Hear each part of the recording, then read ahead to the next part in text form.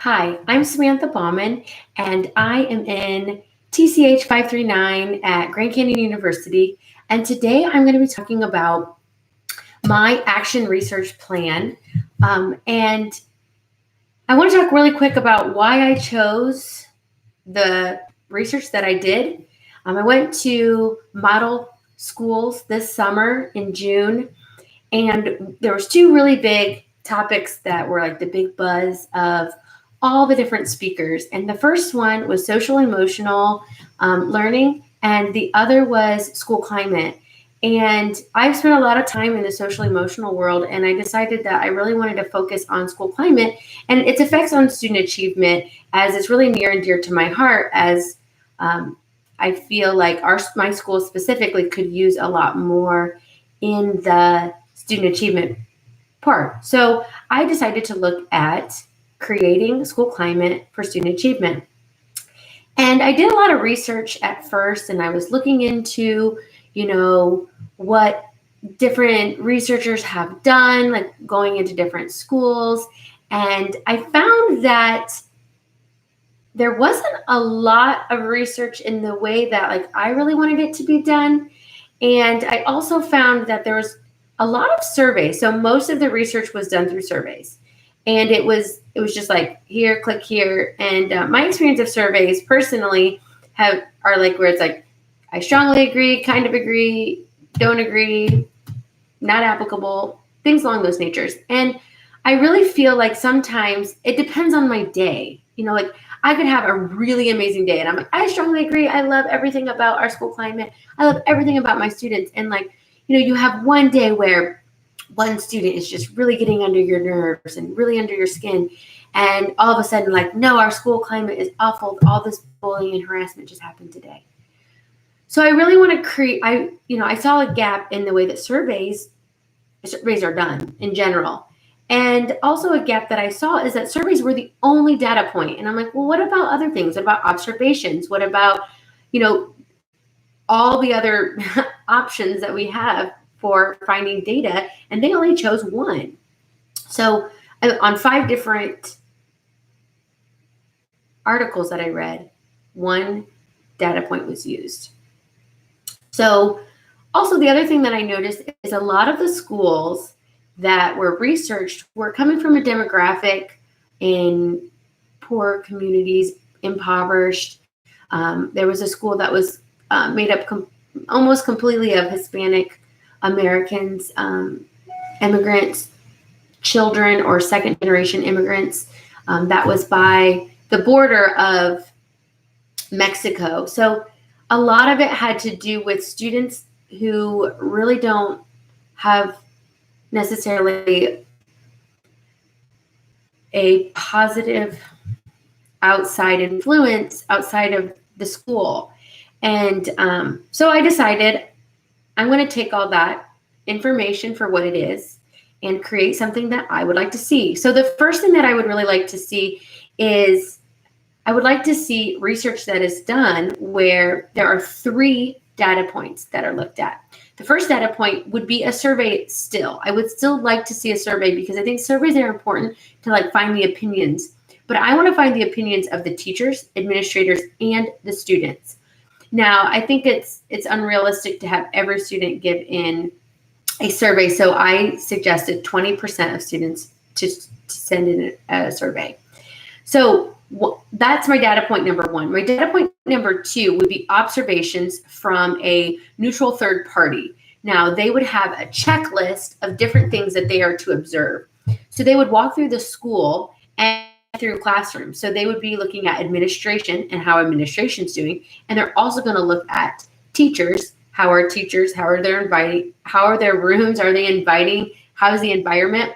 And then what are the students like? How do students interact with each other? What do they do in the face of conflict? So kind of just like looking at all those things with a very, very specific criterion base. The third thing that we would look at is the students' data. What have they done? So, if you have a school that has great climate and the students aren't achieving, what's actually in the gap? Or if there is a school that has like not good, climate, then why are their schools failing, and what's in the gap, and what can we do to shift it so that the students aren't sitting there frustrated and hurt and going home feeling sad and lonely and like a school isn't a safe place. I also feel like with schools, with the school shootings that are happening now, like I want to create a place where students feel safe. I feel like right now it's really difficult for students to feel safe. So this will take about 10 weeks to complete. The first week, the school will be chosen, and it'll be, everybody will understand what they are doing, what their roles are, what that looks like. And then the first week, or second week, the observer will go in. So an observer will come in and they'll observe 2 administrators and 20% of the teachers. And they'll just, a random 20%, different demographic, different grade levels, different needs, and just kind of really see what's going on at the school. Then week 3 through 6, the teachers, students, and administrators will turn in a survey. So it'll be 20% of the students, all the teachers, and the administrators. And then finally, week 7 through 10, that's where the researcher will analyze the student data from a standardized test that they took at the most recent standardized test that they took. And we want specifically the most recent, because it'll go a little bit more hand in hand into the current climate and their current student data. So they will look at, and then they will take all the different research of the observations, the surveys, and the student data, and they will compile it all together and find best practices. Even in schools that may not be the most successful, there's still best practices in everything. There's still positive outcomes in everything that we look at. So here's some of the outcomes that I see happening is that if all of the teachers or 20% of the students do not turn in their data, their surveys, then what can happen is the data can be skewed, because it could be very much like people that are happy there or people that are upset, or like, why are those people not turning in their surveys? So it's really important that the observer is neutral. It's very important that all the teachers turn in their surveys, and it's important that the student data is accurate and up to date. In the future, what I really, really see happening is that we take what's working. I feel like so many times in education, we just want to reinvent and let's recreate instead of just like, what is actually working out there? What is working? What teachers, what schools, what students are doing to really create a nice climate where students want to be there and students want to learn? I think it's so vitally important with today's society that students feel welcome and loved at school. So what can we do? What are people doing? Let's really look at what's already happening, what's already working, and go from there. This has been absolutely exciting and fun. And as you can tell, I'm super passionate about this research, and I just really love the students. I love my students that I work with, and I love creating a world full of people that are happy and successful and do whatever it takes to be the best versions of them, whatever that looks like.